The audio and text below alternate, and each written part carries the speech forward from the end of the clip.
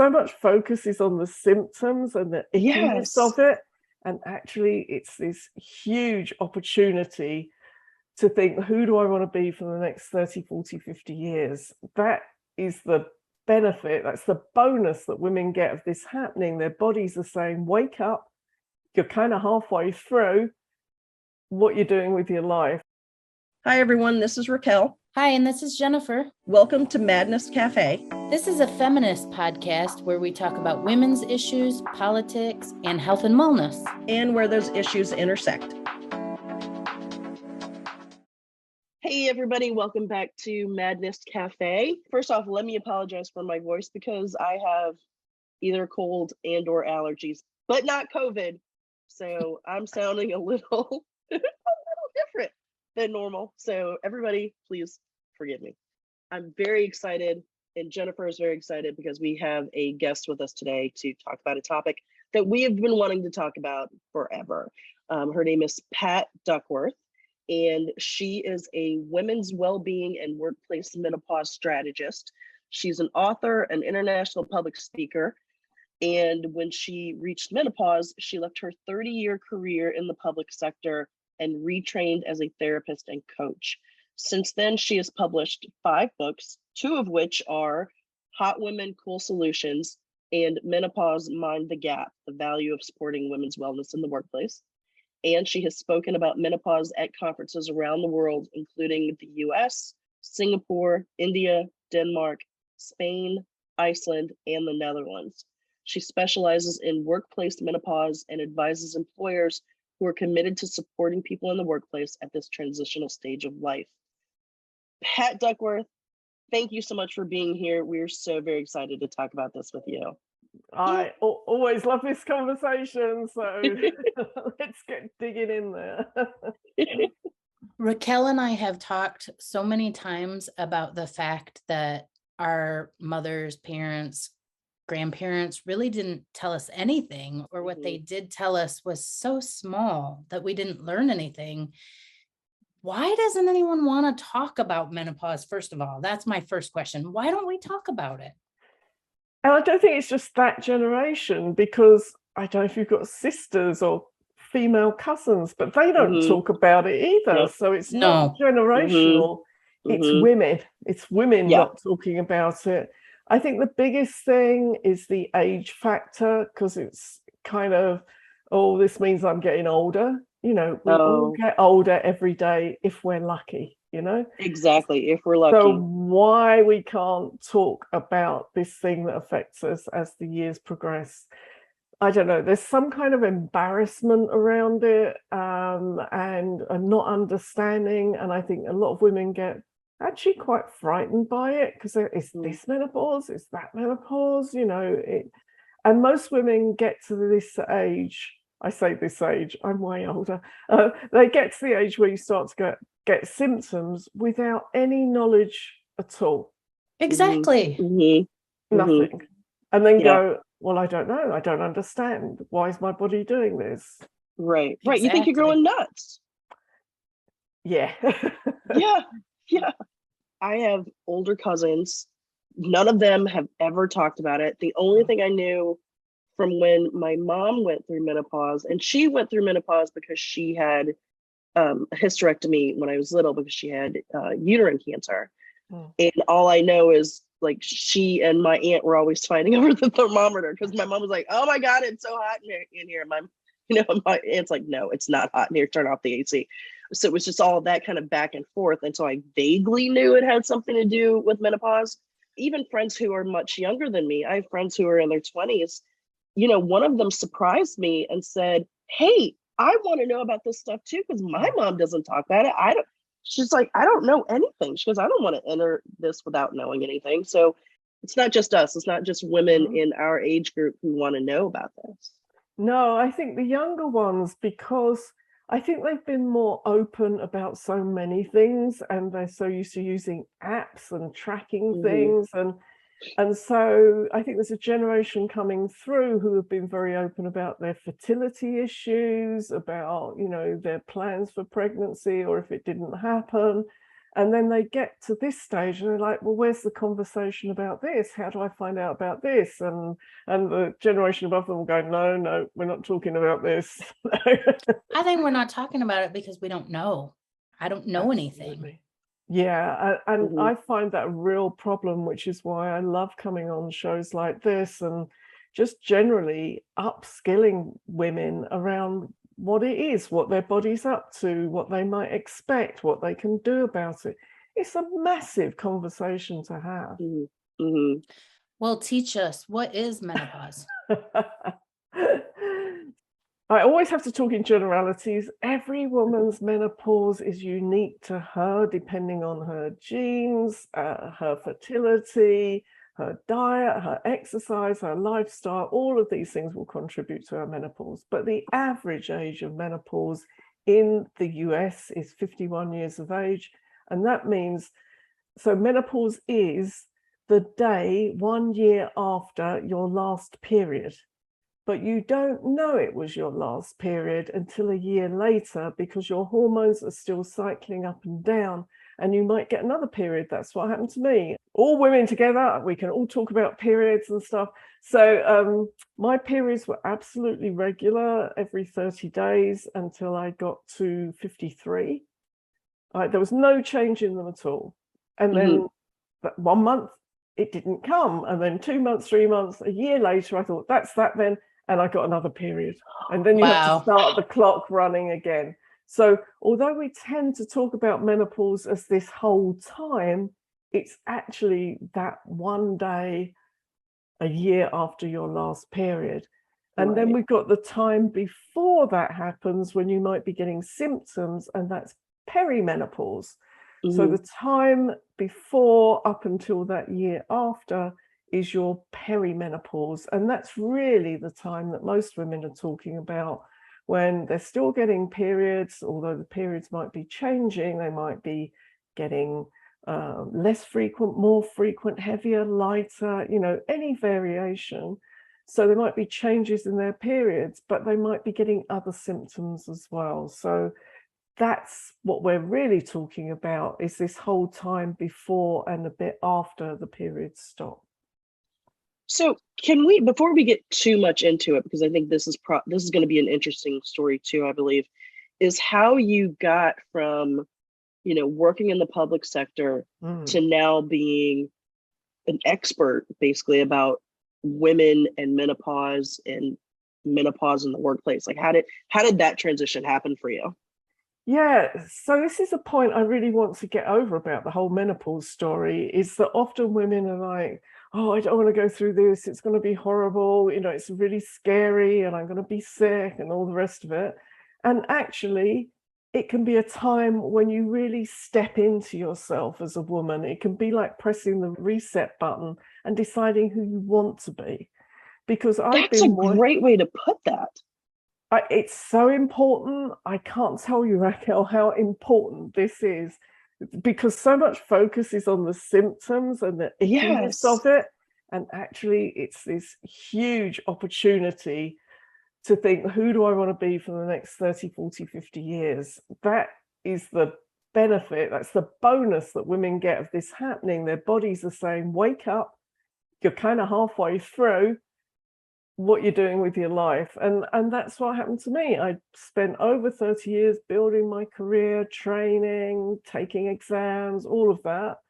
And I got a really good job. I was working in central London, big government department. It was all going well, and I was crying on the way to work. So that tells you something isn't entirely right here. And that was the moment where I really had to stop and think, well, what did I want to do? I've had a really good career and I don't regret a moment of it, but this isn't where I want to be, what I want to be doing for the next 10, 15, 20 years until I retire. I'm putting like speech marks around retire because I'm not sure that I ever will. But anyway, I just had that realization of, I want to move on. And I came home from work that evening and said to my husband, I'm not going to carry on doing this until I retire. And he said, good, because I know you're stressed, you're working a lot of hours, you know, it's not doing you any favors. What are you going to do? I said, I don't know, but I'm going to start looking into it. And, you know, sometimes the universe really works in your favor. It hears you saying stuff and goes, ha. And what are you going to do about it? And I applied to do a course in neurolinguistic programming and hypnotherapy. And it was going to be one weekend a month for 10 months. And I thought, well, even with all of my other commitments, I could do that, and I can do that and then decide what it is I want to do. And the universe rewarded me for taking that step. And at work, out came an early retirement scheme. I came home skipping and jumping and said to my husband, hey, guess what's happened now? You know, an early retirement scheme's come up. And so I applied for it. And by the time I started my hypnotherapy course, I'd already put my application in, and 3 months later, I'm well into the course, and I walk out of the office at the end of that career. So that was 12 years ago. And once I started doing therapy, working with women and with men, I started to think, you know, a lot of what's about menopause, firstly, it isn't talked about, and nobody talks about all of the options you've got at menopause. And one of them is like hypnotherapy and, you know, mindfulness. And so I thought, right, I'm going to write a book. And that was Hot Women Cool Solutions. And it's kind of just gone from there. So that's a long way around the story, but I really want to illustrate, I don't think my life's ever been as good as it is now. You know, it's so good to hear. Yeah. And all that traveling the world and writing books, that's all since menopause. Oh, wow. So look at you. Right on. I know. Let's get out there. Exactly. We are not invisible. Absolutely. Now, you mentioned how NLP and hypnotherapy can help with menopause. Can you go into that a little bit? Yeah, so I think there's a whole bunch of complementary therapies that can help with menopause. And there's been research. We don't have huge research programs around complementary practices the same way that the big pharmaceuticals can afford to fund research around their products. Right. But, you know, women go into menopause in different ways. And sometimes it's because of having treatment for breast cancer. And you can have treatment for breast cancer. And actually, tomorrow I'm speaking at a breast cancer charity event about alternatives to hormone therapy. Because the treatments for breast cancer can lead to menopause symptoms as the estrogen levels get suppressed.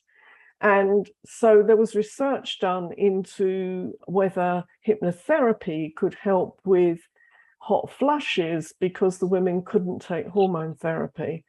And of course, it's non-invasive. You can learn to do it for yourself. And what they found was that relaxation combined with hypnotic visualizations of kind of cool stuff. I'm not talking about clothes. You know, if you visualize a bucket of ice or condensation coming down a window or standing under a waterfall, and you're relaxed while you do it, it can help to bring your body temperature down.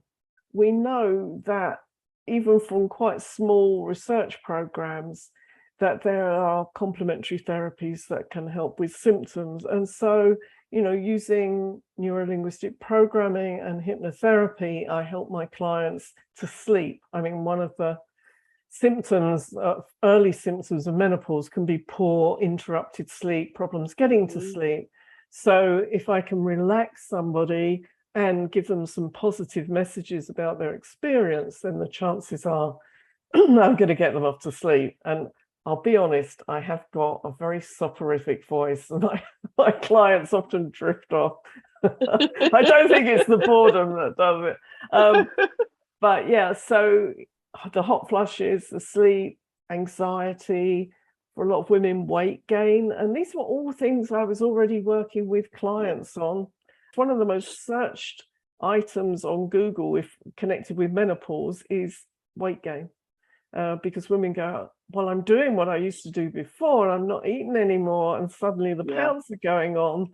What is going on with my system?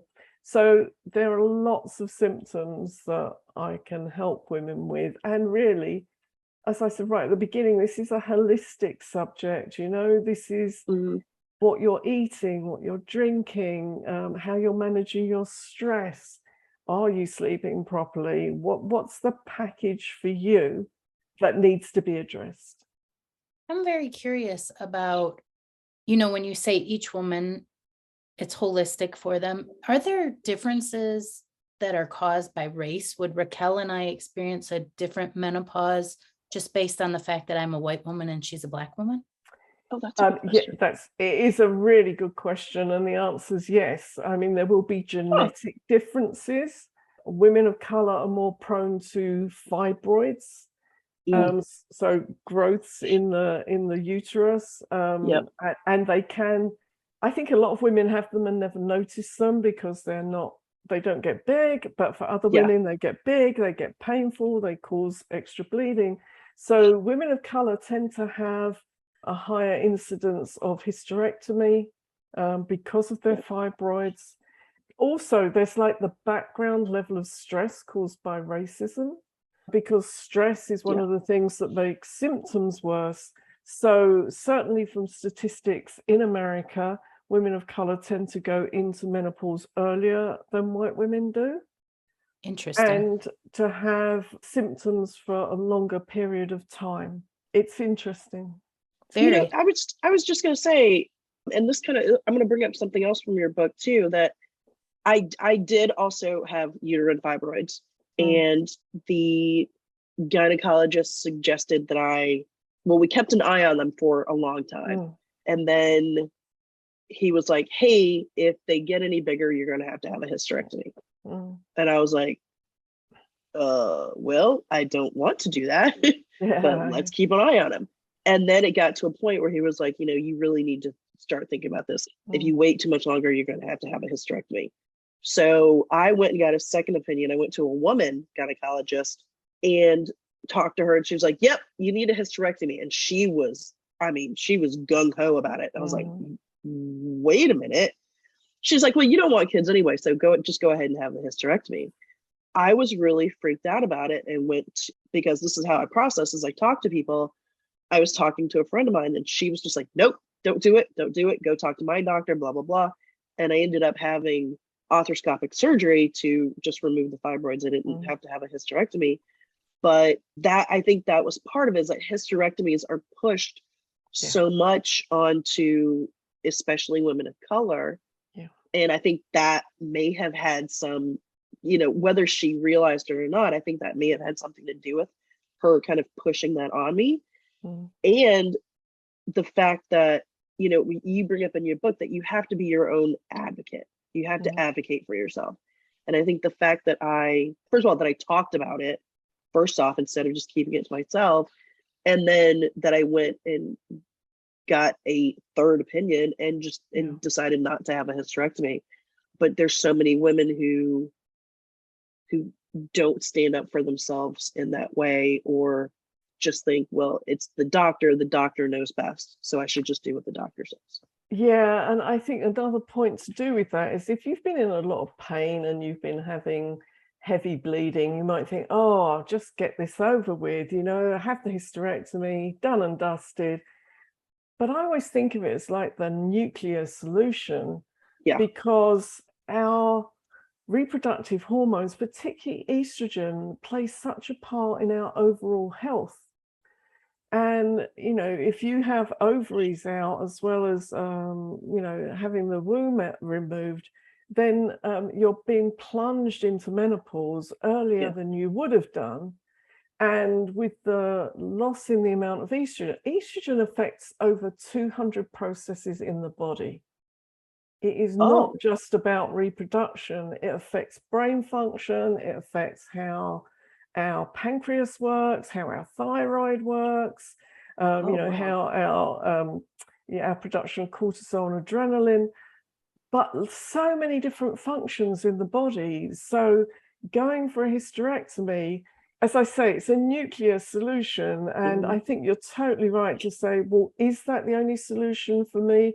I mean, if the fibroids aren't playing you up too much and you can make it to menopause, as soon as your levels of estrogen are going down, the fibroids start to shrink. because they feed off of the estrogen. So most women post-menopause don't have a problem with fibroids. It's this period leading up to it that they can become more of an issue. But yeah, advocating for what you want is just so important. So if a woman has a hysterectomy, but she doesn't have her ovaries removed, but she's not having a period, is she in menopause or is she not in menopause? She's not in menopause because the ovaries will keep producing estrogen, but you have to have it monitored, particularly, let's say you have a hysterectomy in your early 40s, you would want to keep having your levels of estrogen monitored in case the ovaries started not producing so much and you were going into early menopause. And by early menopause, I'm really meaning around, before you're 45, 46, because of the protective role played by estrogen in women's systems. If you're going into menopause that early, then you're probably going to need to take hormone therapy in order just to support your bone health, your heart health. That's why it would be important to watch what was going on with your hormone levels if you're younger than 45, 46 and you're going into menopause. That's fascinating. Raquel and I have been debating this. I did have a hysterectomy last year, a year ago. So technically on the no period, probably this week is when I had my last period a year ago. But I have my ovaries. So how the heck do I know what's going on? Yeah. Yeah, this is the thing. And testing for hormones is really tricksy because the hormone levels keep going up and down. So you could, and they're fluctuating much more widely than they would do before you were in perimenopause. So your hormone level could be measured one day and you might seem to be in a normal range, and 2 days later, you've got much reduced levels of estrogen. So doctors will, or OBGYNs will test different hormones, not just estrogen levels. They'll look at what's called follicle stimulating hormone, FSH. So as the estrogen level goes down, the FSH goes up to try and stimulate the ovaries to release eggs. So they're looking for a pattern. Also, if you've got an OBGYN who has worked in fertility before, there are different fertility hormones that they measure too, which can give them an indication of where you are on your menopause journey. It's fascinating. I've had one hot flash. Excellent. That's what I know. Wow. So lucky. Yeah, I think I didn't have, I think I was having hot flashes. I'm not really sure. Kind of like during perimenopause, I just thought I was just running hot, right? Like I was just hot all the time. And looking back on it, I'm like, oh, those were hot flashes. But a lot of the other stuff, like some of the other symptoms, I don't know if I had them. And Pat, you mentioned in your book, and I had thought about this before, but I wasn't sure, but you mentioned that some birth control can mask some of the perimenopause symptoms. Looking back, I wonder if because I was on birth control at the time and because I was on anti-anxiety and antidepressant medication, I wonder if all of those sort of masked or affected some of my perimenopause symptoms. Yeah, so for some women, doctors prescribe antidepressants for hot flushes. Yeah. Wow. Then they're not licensed for that. Certainly here in the UK, they're not licensed for it. But doctors find that antidepressants can really help with hot flushes. So you might find that you might have had hot flushes, but the antidepressants were keeping them away. Wow. And of course, if you're taking contraceptives, then you're taking combinations of estrogen and progesterone, and so they're going to supplement your existing levels.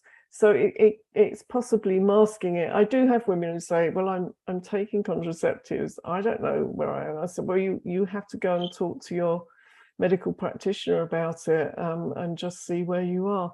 Because if the average age is 51 and let's say you're 49, 50, well, you're in perimenopause, Yeah. it's coming, it's round the corner. If you haven't already been through it, it's just round the corner. So you don't really need a test. You just know, well, I'm in that zone. Am I getting symptoms, or are there changes that I've noticed? I think keeping some kind of a symptom journal is handy. So things like, well, has your sleep changed? Has your sleep pattern changed? Have you noticed any changes in your levels of anxiety? Because many women find they get more anxious, and this is to do with, the changes that are affecting cortisol and adrenaline in your system. Have you found your skin's got a bit itchier, or have you got aching joints? There's all sorts of am I seeing light bulbs going on? That's exactly my life. Pat, have you been spying on me? Then, okay, so something's going on. Something's changing with my body that I hadn't noticed before. I've heard people say that menopause is just puberty in reverse. Is that true, or is that a bit? Yeah, no, absolutely. Because when you think about it, as you come up to puberty, so all these hormones are starting to kick into your system. And as they kick in, some girls pass through puberty, no problems at all. Some get, like the odd spot on their face and think they're going to die, and then they're fine. Others are on this like mood roller coaster, and they're flooding, and all kinds of stuff is going on. And of course, it's not just, you could say puberty is that day when your periods start. That's like saying, well, menopause is the day a year after they've stopped, because we know that it's a much longer transition than that, as your body starts to change shape and your hormones are laying down fat in all the sexy places compared to menopause, where it's all the unsexy places. Now it's in the unsexy places.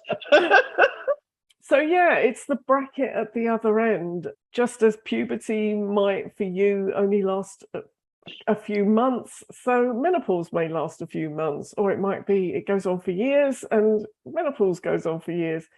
We're all different. So that brings up a question. Little boys go through puberty just as little girls do. So do men go through a change in their hormone levels in a similar way that women do? So something like a male version of menopause? There's even a word for it, andropause. Okay. Andropause is male menopause. So women's menopause tends to be like more sudden and noticeable, whereas the male menopause is just a gradual downhill slide. Oh no. Poor guys.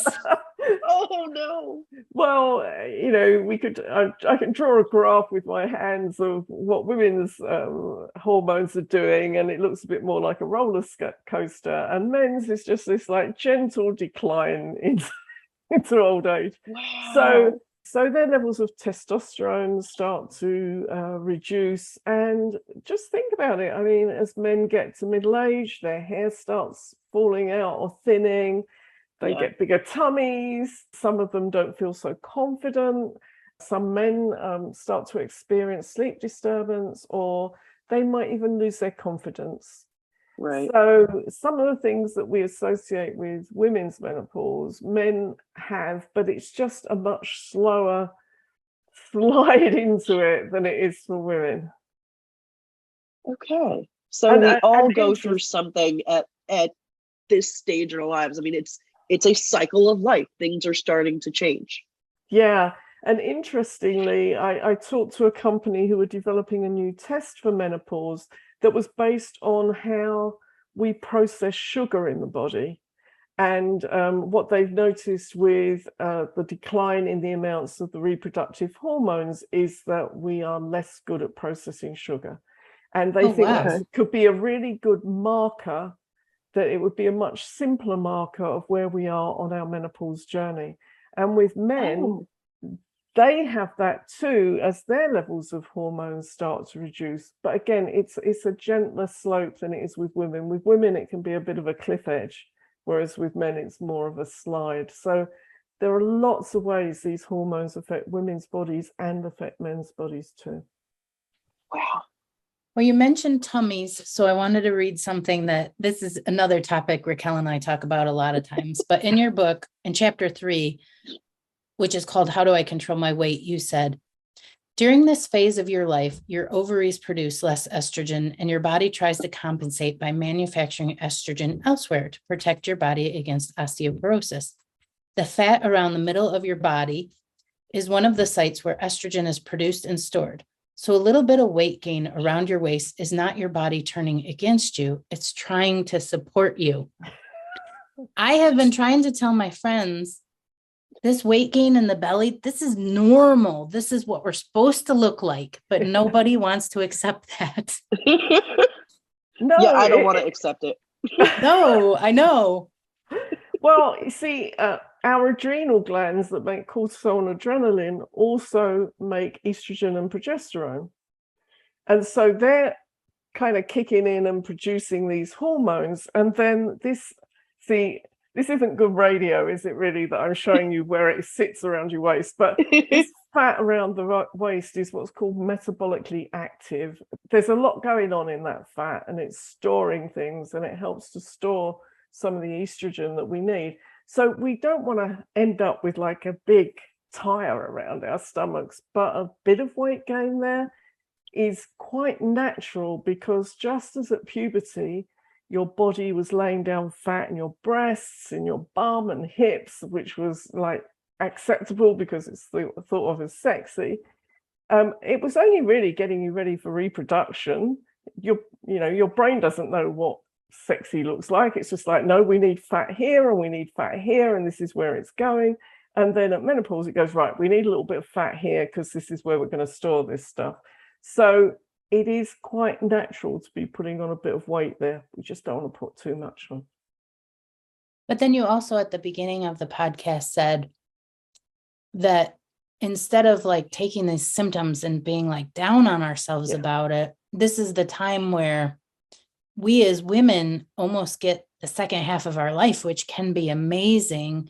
But for some people, that little weight gain right there in that spot keeps them from feeling that. What is that about? How do we get past that, ladies? Well, it's societal pressure, isn't it? And, yeah, it is. The pressure to look like movie stars. And one of the things that's been happening here in the UK is a lot of celebrities coming out talking about their menopause and how bad it was and what they did and all the rest of it, and then having pictures taken of them looking slim and with six packs and everything. Yeah. Their lives are so different from ours. Get a grip. These people have got personal trainers, they've got nutritionists, they've got coaches, and they're expected to look that way, otherwise they'll lose their job. They won't get any work. So bless them, they have to do that.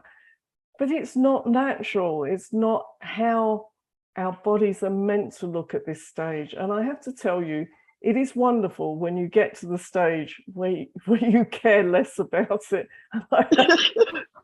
I care so much less about so many things. It's wonderful. So it really is getting to that point where you go, yeah, put on weight there, whatever. It's a really wonderful stage to get to when you think that's not what's important. What's important is, who am I now? Who do I want to be now?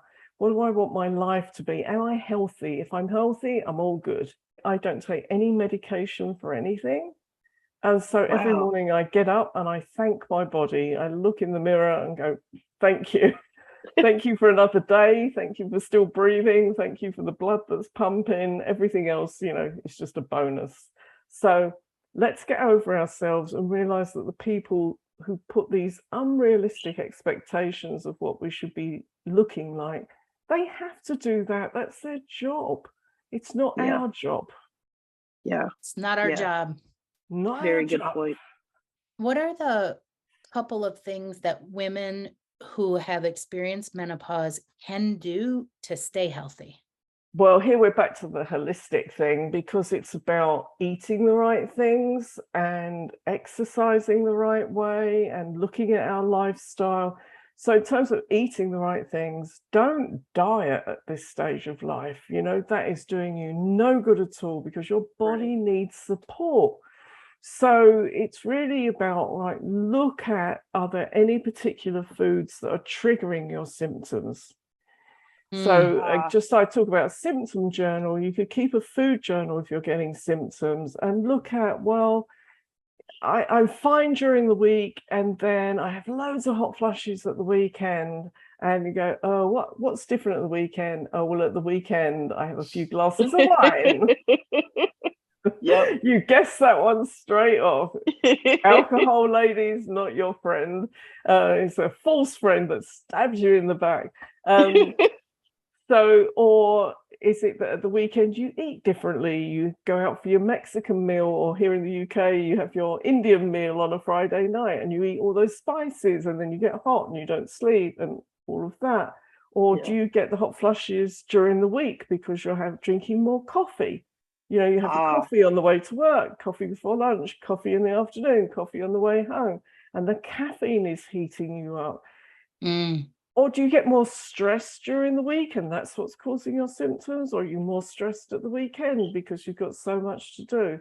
So, yeah, looking for your food triggers is a good start. But then there's lots of things that you can eat that are really good for you at this stage of life. And it's not complicated stuff. The Mediterranean diet, which is, eating healthy proteins, lean proteins, oily fish, because we need lots of omega-3 at this stage of life. We need that to help our skin and to keep our brain working properly and our heart going well. Eating our fruit and vegetables, having complex carbohydrates rather than simple ones. So you get complex carbohydrates from your vegetables, but you can also get it from brown bread or from the more brown products rather than the white products.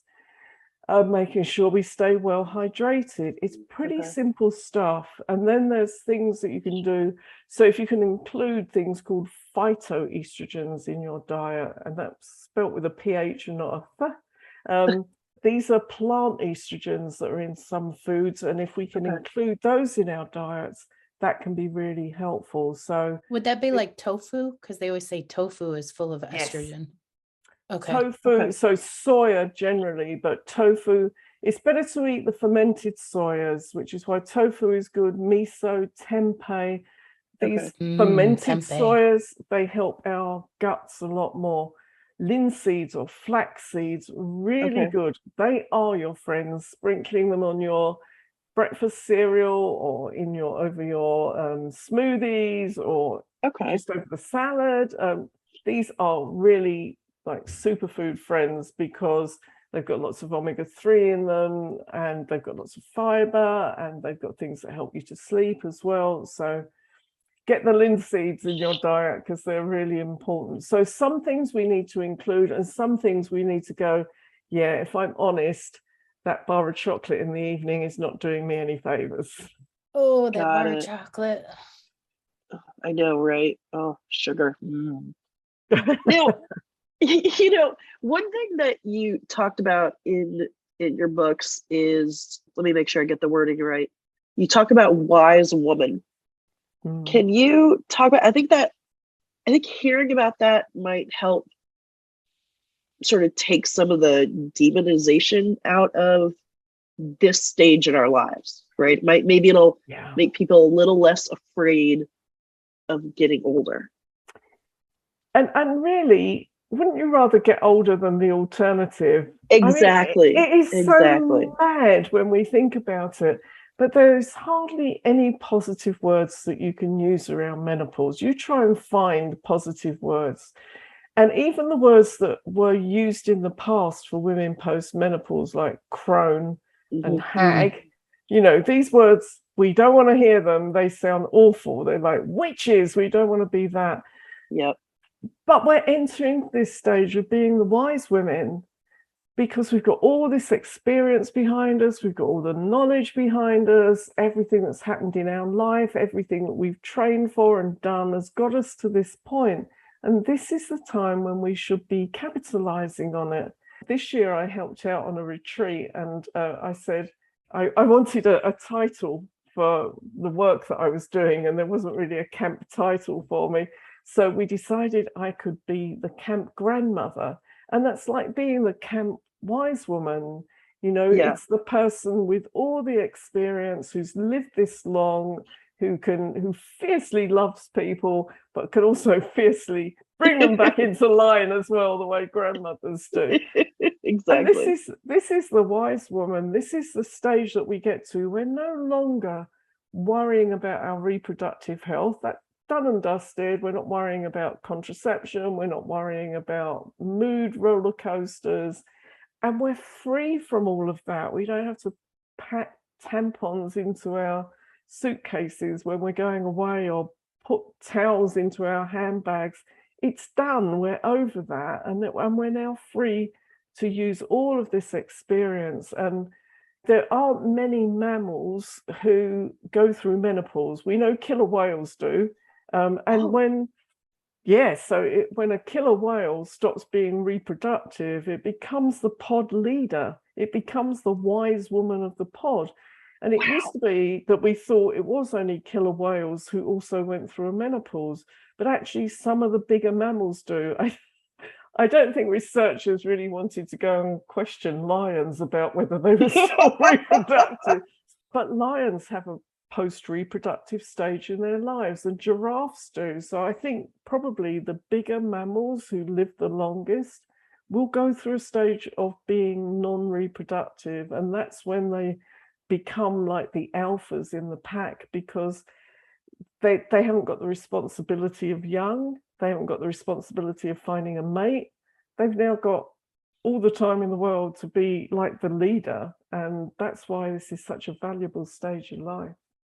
Wow. I love the thought of that, of this is a time of freedom. This is a time to utilize all of that brain space and actual physical time that was taken up with worrying about your period, worrying about if you're going to get pregnant, worrying about, I don't know, trying to find a mate, all that stuff. You're freed up from all that, and you can use that brain space for something else. You can become more brilliant and more effective the older that you become. I love that. That's pretty awesome. I like that. See, I like thinking of myself as a wise woman. Yes, come join the wise women. I think, there's this worry that you often hear women say, oh, I'm becoming invisible. Not if you don't want to be. If you want to be invisible, knock yourself out, do it. But if you don't want to be invisible, why would you need to become that? I think what gets mixed up is that a lot of our identity falls away at this stage of life. So you might have had an identity as a mother, or as like a mate or sex goddess, or whatever, however you saw yourself. And suddenly that starts to fall away. And that's fine, because it's making room for the next stage. So it's not that you're fading away, it's that you're changing, but it's happening at a faster rate than it would normally. And so you've got the chance to embrace a new identity. Who do you want to be now? What do you want your role to be? So you find that many women become entrepreneurs at this stage of life, or take up a political cause, or take up a charitable cause, or a community cause, because suddenly they've got the capacity for it, and they realize it's really important to them. So it can be really exciting. Oh, I love that. That's a celebration. Yes. And so I want to bring this to the workplace, because a lot of what we're talking about, it happens at work too, because we spend so much time at work. In your book, you talk about there being a strategic approach to menopause, and how employers and organizations can talk about menopause with their employees and that sort of thing, and how they can be supportive for their employees so that they can retain these wise women, right? So can you talk about that a little bit as well? Yeah, it's here in the UK, it's become a much bigger part of the agenda for about the last 3 or 4 years. I mean, when I wrote my first book, Hot Women Cool Solutions, I think I found one piece of research about menopause in the workplace. Now, just about every week, there's a new piece of research saying, well, if you support women, if you do this, if you do that, you can retain them, you can get more productivity, and you can have better morale, and any number of benefits to actually supporting women at this stage of life. So part of the role that I do is firstly in raising that on the agenda for businesses, that they understand there is a thing here. It's not just today's passing fashion. It's that there are more women over 50 in the workplace than ever before. And you've got these women who have been coming through the workplace system. They were supported perhaps in their fertility journey. They were supported at pregnancy and as they became mothers. And then they get to this stage and they go, oh, well, I don't actually feel very well now. And it's, oh, well, we don't really talk about that. So bringing this issue forward so that managers and organizations understand that it is a thing and that it's not that women are sick, they haven't got an illness. It's just they're going through a phase of life where they're experiencing changes and they need a bit of support. And it's not just the women, because the women live with men, fathers, brothers, partners, sons, and those people are affected by what's going on as well. I did a talk for a fire service here in the UK, and so there were lots of fire officers in the room, all wearing their uniforms and looking big and tough. After I'd given my talk, one of them stepped up to say about how he had been affected by his wife's menopause for about 2 years because she had symptoms. She went to see her medical practitioner, who wasn't very sympathetic. She was not getting the treatment that she needed. And of course, he was working night shifts. So he would come home, he was worried about her or taking her to the medical practitioner and trying to get it all sorted because she was going into low mood and depression. And it was a real, I almost swore then. It's okay. It's okay. You can swear. It was a shit show. And yes. So and so he was talking about how it had affected him. And you think, yeah, this is a people issue. It's not a women issue. This is a people issue. Thank you for saying that.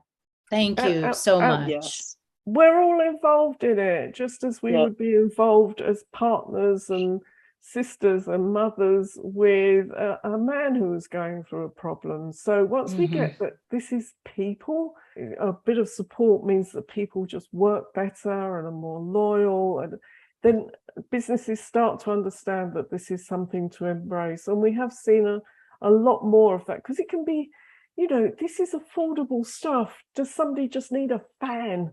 Do they need a room they can go and lay down in? If they're just so tired that half an hour of laying down will just sort them out. Do they need to have flexible working hours? If they just came in a bit later and left later, would that solve the problem? So it's really not that tough to sort it out. The biggest challenge is getting the conversation going and getting everybody on the same page that this is something that we talk about. How would a manager or somebody's boss go about approaching that topic with one of their employees if they think that one of their employees is maybe going through menopause, or they're of that age and they think it might be an issue? How do they start that conversation?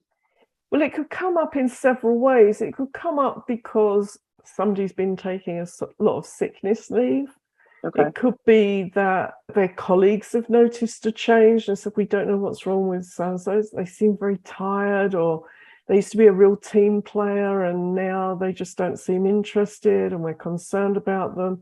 It could come up at performance review, or it could come up because the person themselves goes to see the manager and says, listen, this is what I'm going through. So there's lots of different points where it could be raised. What you don't want is managers going up, it's your menopause. Don't do that, okay? Top Don't do tip. that. Okay. Don't do that, because you don't know what's going on for somebody. Right. But it's really about training managers so that if this subject does come up, they're not embarrassed, they can be open about it, they can be relaxed about it. They're not like, oh, is this a women's thing? You know, I don't really want to talk about this. And I think it's getting over to managers that they're not expected to solve the problem. They're not expected to write out a prescription or, you know, say this is what you need. What their job is to listen and find out what's going on. You know, I've had organizations come to me and say, oh, we want to have a menopause policy, because that's big here in the UK, is organizations putting menopause policies in place to say what it is they're offering staff. Right. And I say to them, let's not start there. Let's start with, what do your employees actually want? Let's talk to them and find out, you know, do they want training? Do they want flexible working hours? Do they want changes to their uniform if they're wearing uniforms? Let's talk to them first and then put a policy together. Instead of say, hey, look at this lovely shiny policy. And everybody going, yeah, what's that going to do? Okay. Smart. So it's having the consultation and finding out what your employees want, and then finding out how you can deliver it. In that setting, in the workplace, and I'm bringing this up a lot because I kind of feel like this is something that I want to take on at my job. I want to, at the very least, I want to bring it to our DEI committee, which I'm a member of. For those of you who don't know, diversity, equity, inclusion, DEI. I like the idea of a menopause champion, right? Which you talk about in your most recent book, Minding the Gap, because there's somebody who's bringing it up. There's somebody who's sort of helping to get the organization into that discussion. Yeah. Because we don't want to lose these women who have all of this experience and institutional knowledge in your organization. I mean, you get to the stage of your life and just life experience is important, in my opinion. And I think we need to utilize situations where we can harness that and take advantage of it. Absolutely. And the role of menopause champion can be done by anybody.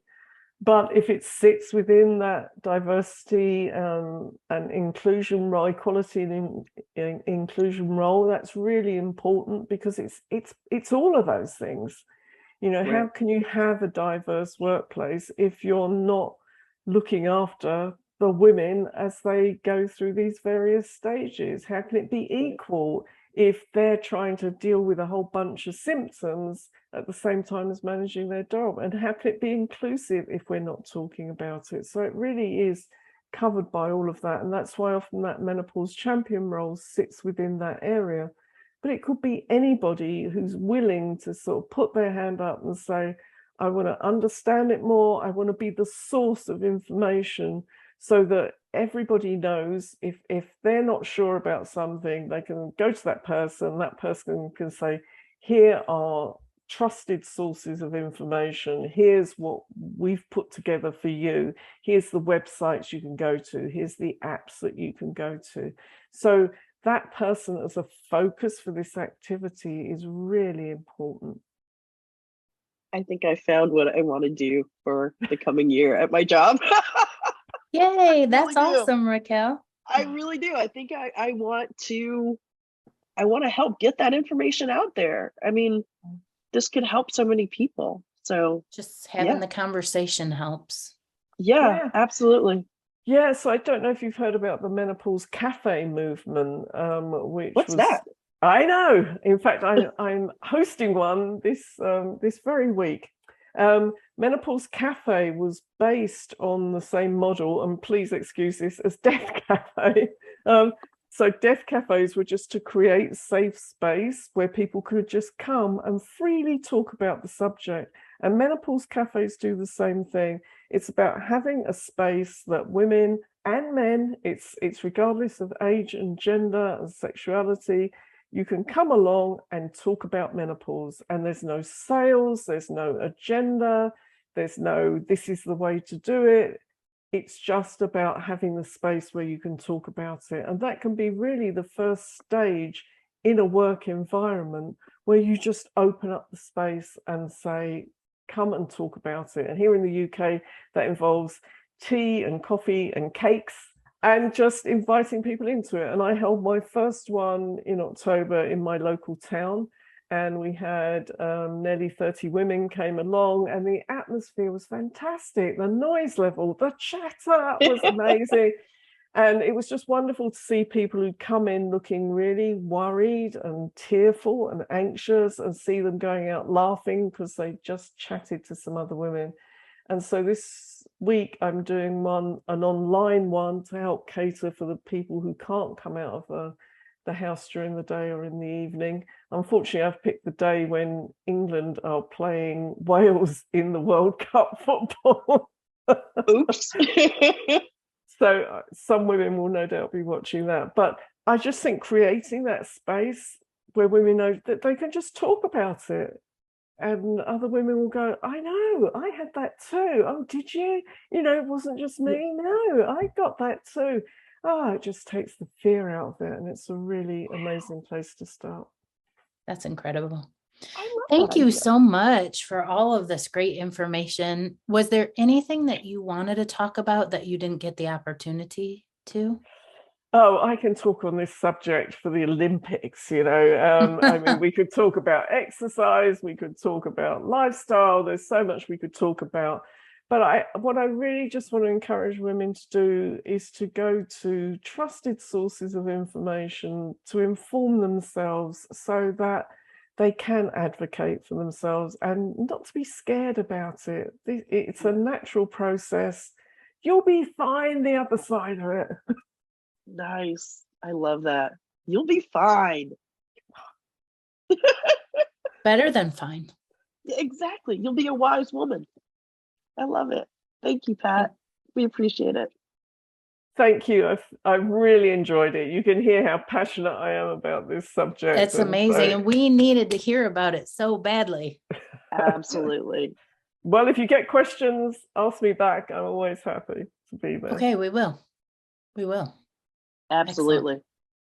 Thank you, Pat. Raquel, I love that conversation so much. I do too.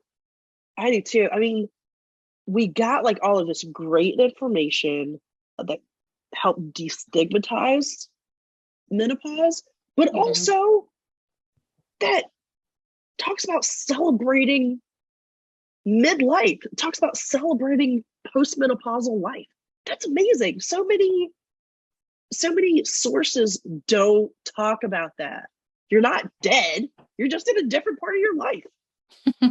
I love that. I love that too. Yeah. That's awesome. Pretty amazing. It's a totally different outlook to move forward with, and that some things are in our control. Yeah. I like that. I really do. I like what you just said, that you can take some control over it. It's not, you're not just being whisked along or, you know, overcome. You can take some control over it. Well, Raquel, I can't wait to see what you do at work, being the menopause champion. You'll have to report back on one of our episodes about what's going on right now. You'll have to tell us how it goes. I will. In fact, I'm already planning. Even before we started talking today, I was was like, okay, so Monday I'm going to get to work and I'm going to email our HR person and I'm so pumped to do this. I'm so excited. So good. So good. You're going to be awesome. Oh, thank you. Bye, Raquel. Bye, Jennifer. Thanks everyone for listening today. We will be back with more Madness Cafe next week. You can find us on Instagram at Madness Cafe Podcast or email us at madnesscafepodcast@gmail.com. Bye.